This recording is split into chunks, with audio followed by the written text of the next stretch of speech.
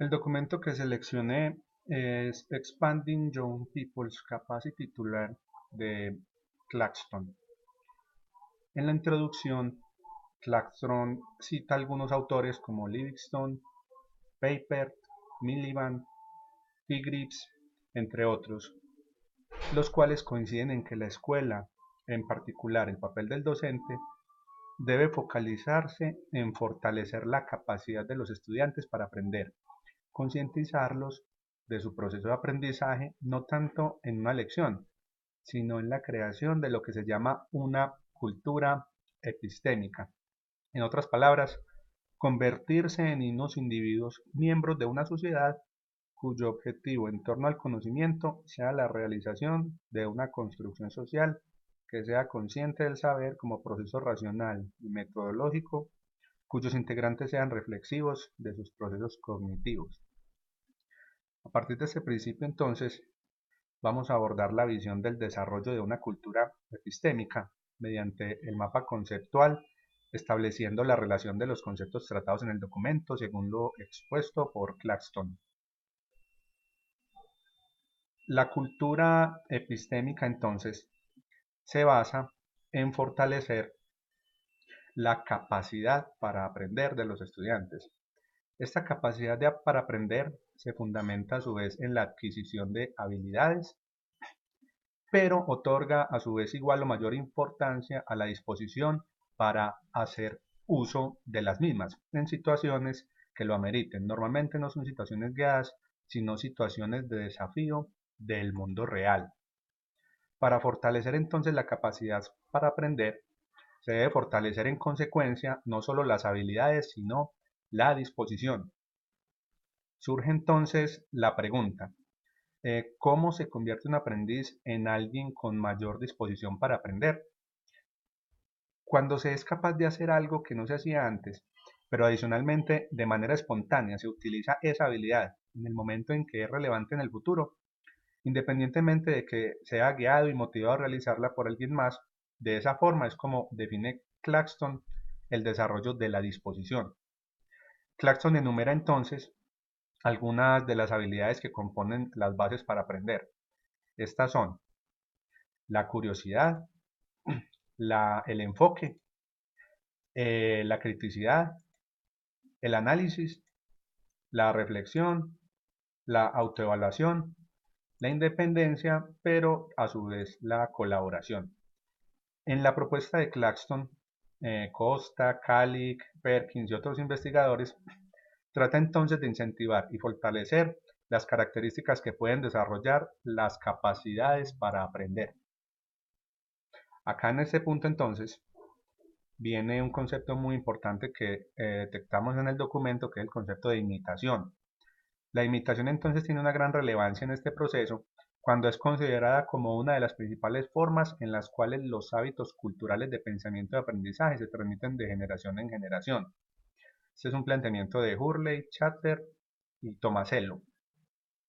Desde las diferentes teorías, aquí abordamos las teorías relacionadas con la imitación, desde la neurociencia en la demostración de las neuronas espejo, que se forman cuando actuamos imitando a los demás, sobre todo en etapas iniciales del desarrollo del niño, cuando determina su comportamiento por imitación.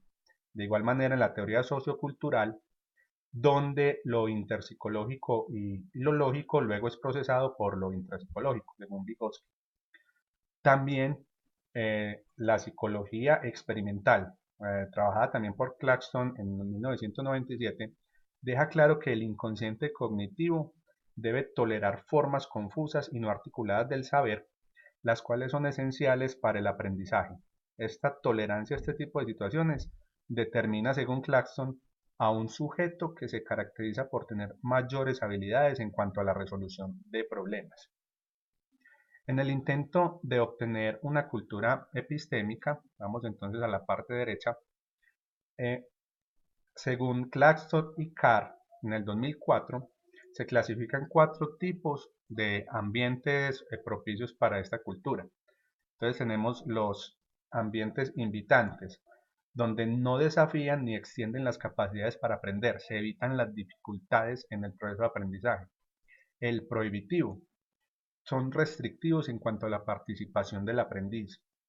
El proporcionado, el cual no es suficiente que los estudiantes aprendan con cierta independencia, si no son relevantes o atractivos. Y los potenciales, que son atractivos y desafiantes, donde las actividades desafiantes retan al estudiante, pero son constructivas e interesantes para desarrollar. Aquí en la conexión del mapa tenemos que estas actividades se esfuerzan en la capacidad para aprender. Tenemos entonces el otro actor fundamental, que es el docente en la cultura epistémica, donde para lograr ese tipo de transformación y construcción de la cultura epistémica es necesario que el docente sea consciente del enfoque en la enseñanza para fortalecer las capacidades de aprendizaje. Entonces aquí ven unas transformaciones en unos aspectos que enumera Claxton. Comenzamos entonces con el lenguaje. Entonces el aspecto, la transformación que debe tener el docente en su lenguaje, o mejor que el lenguaje en su discurso. Ante todo haciendo partícipe al estudiante de cómo hizo esto, de qué otra forma pudo haber hecho lo mismo, quién lo hizo diferente, qué fue lo más difícil de hacerlo, qué podrías hacer cuando te enfrentes a una situación parecida, también cómo de qué otra manera se puede hacer, cómo se podría ayudar a alguien más, qué pudo haberlo hecho más fácil para ti, cómo pude haberlo enseñado mejor o cómo pude haberlo hecho también más difícil.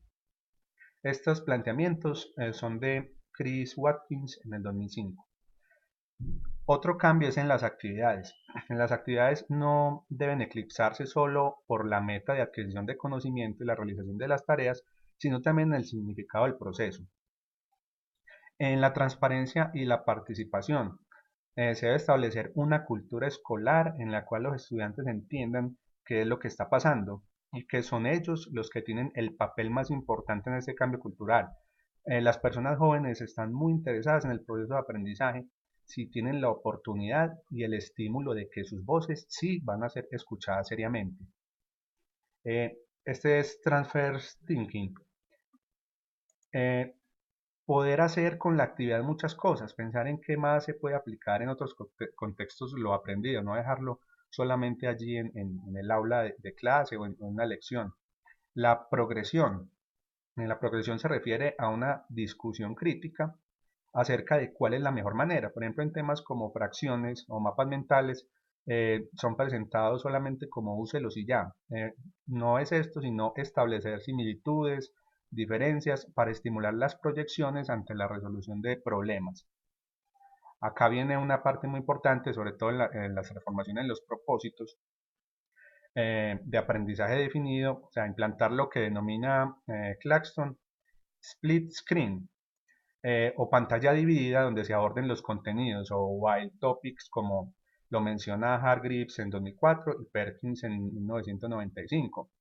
Esto quiere decir tener objetivos duales. ¿Qué son los objetivos duales?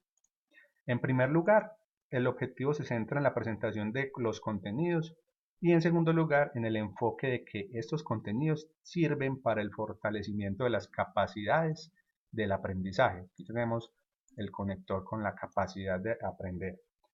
Al igual, estos contenidos salvajes o temas salvajes, como denomina Claxton, deben ser a su vez enriquecidos. El tema debe tener mucho para explorar. Desafiante, presentan algún grado de dificultad o un reto para el aprendiz. Extendidos, hay tiempo y oportunidad para profundizar. Relevante, el tema conecta a los estudiantes con sus intereses. Responsable, los estudiantes tienen el control sobre el por qué, el cómo y el cuándo organizar su aprendizaje. Real, resuelve un problema o es de importancia para alguien en el mundo real. Desconocido, el docente no presenta de inmediato la respuesta, se construye durante la actividad. Y colaborativo, donde los estudiantes disfrutan y tienen la oportunidad de trabajar juntos.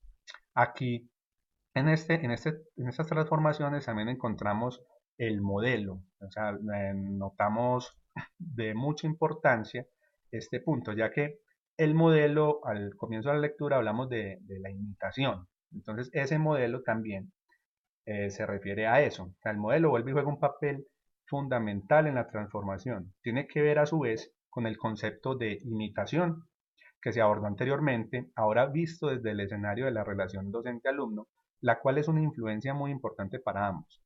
También se debe aprovechar las influencias externas y los modelos propuestos por la cultura misma, donde en el mundo de los medios una figura pública puede ser un buen modelo o un mal modelo.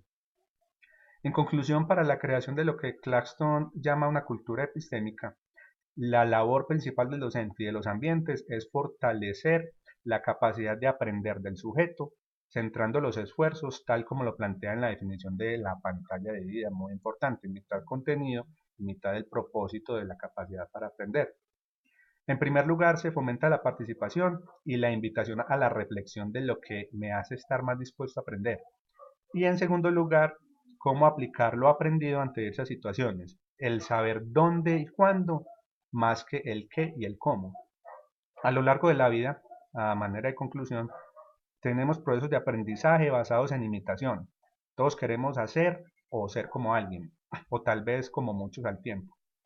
Los principios del buen ejemplo son modelos necesarios para la sociedad, pero la criticidad, la reflexión, el análisis, la autoevaluación ante los malos ejemplos es lo que lleva al sujeto a determinar sus disposiciones ante diversas situaciones.